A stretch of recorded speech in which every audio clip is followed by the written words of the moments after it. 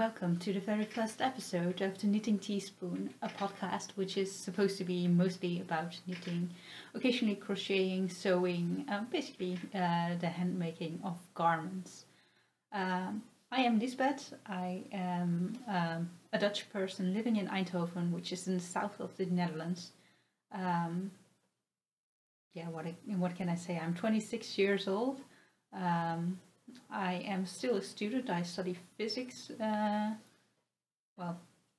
the time that I'm not busy crafting my own garments.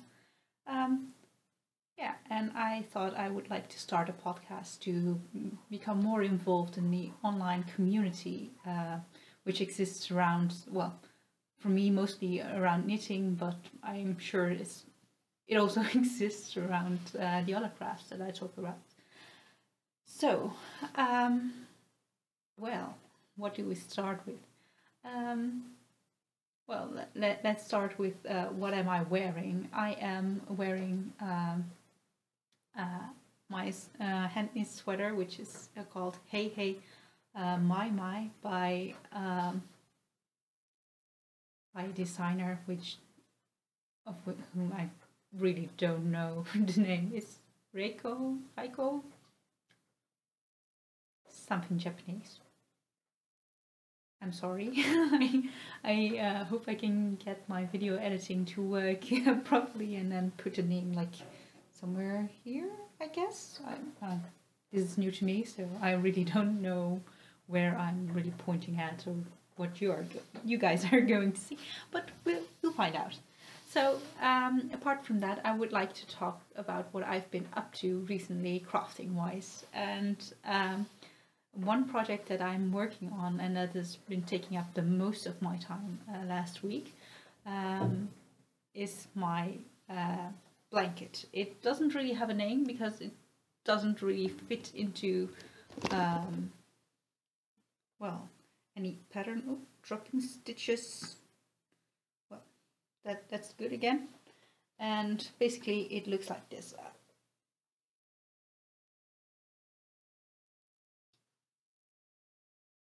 I don't know really how to show you this. This seems a bit awkward talking to you from behind the blanket. Basically the idea is to knit a big border existing of, these kind of squares, which are, I guess, garter stitch log cabin ish squares, although I feel like they generally start out with the larger square in the center and then don't have multiple squares, though mine do. And then in the center I'm basically knitting from the outside to the inside this mitered square thing, which you're probably familiar with if you've watched any podcast before, because a lot of podcasters have these cozy memories blankets and they tend to be constructed with these kinds of squares. As you can see, I'm not really using scrap yarn to make my blanket. I'm using a bunch of colors from, mostly these colors are Drops Fable. I like my blankets to be color coordinated. Also for a large part because I don't have that many scraps yet, so it feels like a big challenge to start making a blanket for which I do not have all the required yarn yet. This kind of freaks me out, like not being sure whether I can finish a project because I might not have enough yarn. This is why I usually buy extra skeins of yarn to create a garment as well. Of course, since I've been working on this project since June, you can't really see how far I've gotten, but I can tell you, none of the center squares existed this week. Like, this is usually my Thursday evening project because I go to a knitting group on Thursday evenings. And this knitting group, although it's very much fun and I really like going there, there's a lot of nice people, but it's hosted by a store, so you are supposed to use the yarn there that you've bought in that shop. And although I'm completely fine with it and it's a not very nice shop, I would highly recommend it. It's called Bloemendal Wool. It's a Dutch name, so it might not be very useful for English speaking persons, but I do think though that the shopkeeper does speak English, and so if you're ever in the Eindhoven area, I do recommend going to that shop. I was on a tangent. Oh yes, I have to work there with the yarn that I bought there, so I'm not free to use well, the yarns that I would otherwise purchase somewhere else. So when I lived in Sweden for a while, I lived near Stockholm for 3 months, about 2 years ago now. There was this knitting group, and we would just go to a cafe, and there was like no pressure whatsoever on which yarns you would like to use, and this feels so much more free because you can just go where your heart desires, you know. And this project therefore turned into my Thursday evening project, which is good because it's also well, the log cabin part is really brainless. So you can just knit and talk, and that's perfect for a knitting group, I guess. Although in the center part, well, you really don't want to know how often I've knit this particular square, because you do a decrease in the center, but I only do it on the wrong side of the work. It doesn't really matter on which side you do it, but it does matter that you continue doing it the same throughout the blanket. But sometimes I do one on the wrong side and one on the right side, and then things get messed up and I don't notice right away, and then I have to think back or rip out parts of the thing. And well, yesterday evening I was just ripping back more than I was knitting, I felt. But let's go on to my next work in progress, which are just some plain vanilla socks. These are very much grey and blue socks. They are a bit bigger than you might expect for a girl, and the main reason for this is because I'm knitting these for my boyfriend, and he really likes his blues. So as you can see, these socks stripe up very nice and blue, and there's some grey in there which he will also wear. I think they're super socks, and I'm not sure, I think it's from the brand Lang, but I'm not really entirely sure about it. I've lost the label, and I'll probably tell you when I get back to these, because this is just the first sock. You can also see how I knit my socks. I knit them from the toe up, and then I do some increases before I do a short row heel, and then I knit a heel flap on this tiny increased part, and then I just continue knitting in a round. I use magic loop, and as you can also see, these are on my higher sharps, the sock needles, 2mm, because I really like this size for some reason. My blanket is also on the same size, and the border is entirely knit on higher sharps as well, but the inner parts, I felt like the long cables on the higher sharps, they were just too long and getting in my way, so I just replaced them with my old prim needles, which I used until I think about 2 years ago, before I bought my highs. So then, there is another work in progress, but I can't really show you that because it is a design project. Because apart from knitting things, I really like to design my own garments, but I can show you something which is slightly similar to what it is, and this is my Agnes glove. This is also a pattern that I've recently come up with. Well, basically I designed it last summer, but I published this in January. I'm basically knitting another pair of gloves, and they're also out of the Shetland Spindrift yarn, Jameson of Shetland Spindrift, I guess it's called. And instead of the green, they're using black color, but I can't really show you too much of that. I guess that's all I'm willing to say about it. Yeah, so then I would like to go into my sewing, because I have actually 3 completed garments. Unfortunately, only one of them I can really show, but well, the first one is a shirt. This is a man's shirt. Actually, this one is and not the one that I finished last week. I finished this one about 2 weeks ago, but I made a very similar one this week. Unfortunately, I can't show it to you because my boyfriend is actually wearing it today, and he is on a job application, so you can imagine how proud I am that he feels comfortable enough in a garment that I've made him to have a job application in it. I mean, I feel proud about that. Yes, I'm happy with that.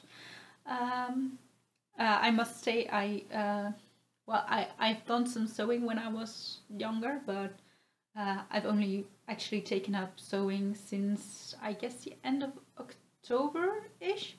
I think somewhere in September I ordered the book from Tilly and the Buttons, Love at First Stitch, and it's an awesome book. It is everything that I needed to really get me going. I mean, I have done some things before, like I've sewn curtains in my home, and I've sewn bed sheets, but really those are very square, easy-ish projects, nothing like garments where you have to turn like intricate corners and stuff like that. Really, also for a blanket, the sizing is relatively easy compared to like a garment.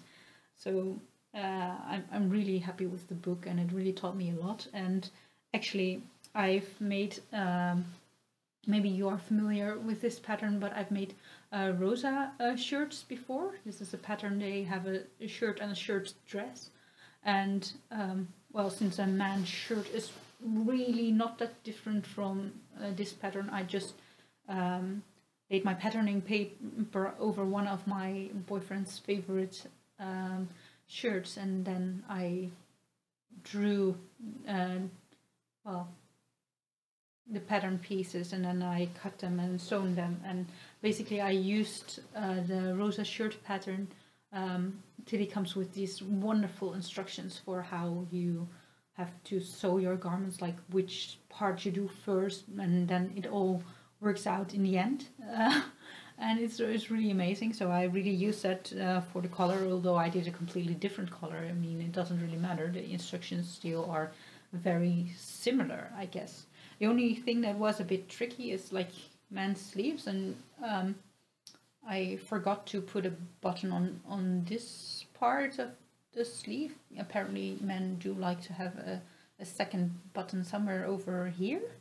I didn't know. I mean, I did put buttons on the second shirt that I made, but of course it's not here, so I can't show you. Well, this part, basically the entire sleeve part, was not on the Tilly's pattern, but I think it turned out okay, so I'm very chuffed with that. And then there's another sewing finished object that I would like to show to you, and that is Agnes top, which is actually a pattern by Tilly and the Buttons. I sewed it up in this wonderful whale fabric. If you see a bit more of my sewing garments for myself, you will see that I am apparently in love with all these sea creatures. Basically, I've sewn, I think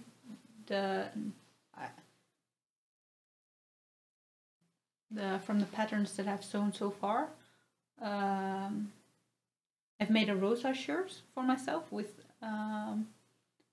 whales on it. I've made a rosa shirt with tiny fish on it. Actually, those are these fish, which are in the color stand of my boyfriend's shirt. I thought it was a fun detail in his shirt, but my entire shirt is in this pattern. I really love it. I also got three Agnes tops, which have like all the sea creatures. They have whales and sea stars and starfish, I guess the name is in English, and shells and sharks and what have you, like all tiny sea creatures. And similarly to my previous project, I've made this is like the plain sleeve Agnes top. Ooh, bit of thread. It is a long sleeve shirt. It has like a very basic neckline. I must admit that I was kind of mistaken in how high my boobs are. When you see a pattern piece, when you're cutting it out, it's not really clear at what height you will fit in with your body. So I was actually hoping that these two whales would be well below my boobs, but they are actually like on the lower part of my boobs when I'm wearing it, so not really happy with that. But I think it's okay. I mean, mostly I sew these simple garments to go underneath my knitwear, so most of the times when I'm wearing a shirt, no one is actually going to see much of the shirt because it will be covered with a sweater or maybe a cardigan or something like that. So it's not really that important. I do have to admit that top stitching is not really my thing. You can see it over here with this jersey fabric. Somehow, if something snags on my machine, you can see that like here is what the stitching is supposed to look like it's supposed to be like all these tooths between two lines, and here you can see that some of these tooths are actually crossing each other, and it doesn't look great, but I'm fine with it. It's just for me, so it doesn't need to be sold for a lot of money. I'm just going to wear it, and I love it anyway. And I I've sewn a very similar top as well. Basically, when I have 1.5 meters of fabric, I do have enough to cut the Agnes top, and this is the minimum amount of fabric that I do need to make one Agnes top. But with my size, I can manage to put a bodice pieces, like a front and a back bodice, on the sides of the fabric, and then in between I can put one sleeve. So I do need another length of fabric to make this next sleeve, but I do also have some pieces to the side, of course, where I can get out a second set of bodice pieces. So I made another top, which I can't show you because I'm wearing it, and I'm not going to lift my sweater at this point and then show you like what I feel like is my underwear, because it doesn't have sleeves. It has like the same kind of edge as the neckline, like this neckband. It does have a very similar edge to the arms. Instead of sleeves, it just has this tiny little edge, so it's just a no sleeve shirt, and I like to wear it underneath other garments, so it's perfect, I think. Well, and I guess that's it for today. So I hope you guys enjoyed this video. If you did, please let me know. You can give me a thumbs up. You don't have to, of course. I mean, I can't force you to do anything. I'm just talking to you. One thing that I completely forgot to talk about. On YouTube here I am the Knitting Teaspoon, but you can find me on Ravelry as Lady12, which is spelled L-E-E-D-I-E and then the number 12. And this is a Dutch misspelling for the word lady, like, you know, lady as in opposed to a lord. So, yeah.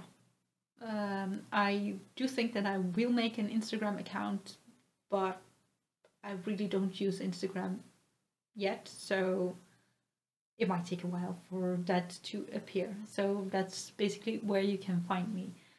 Well, thank you so much for watching this. I really hope you enjoyed it.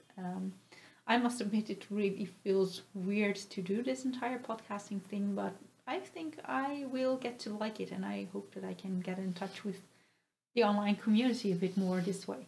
So thank you, and hopefully see you next week, but also there, I don't know how much time it's going to take me to edit and upload and everything, so, well, bye!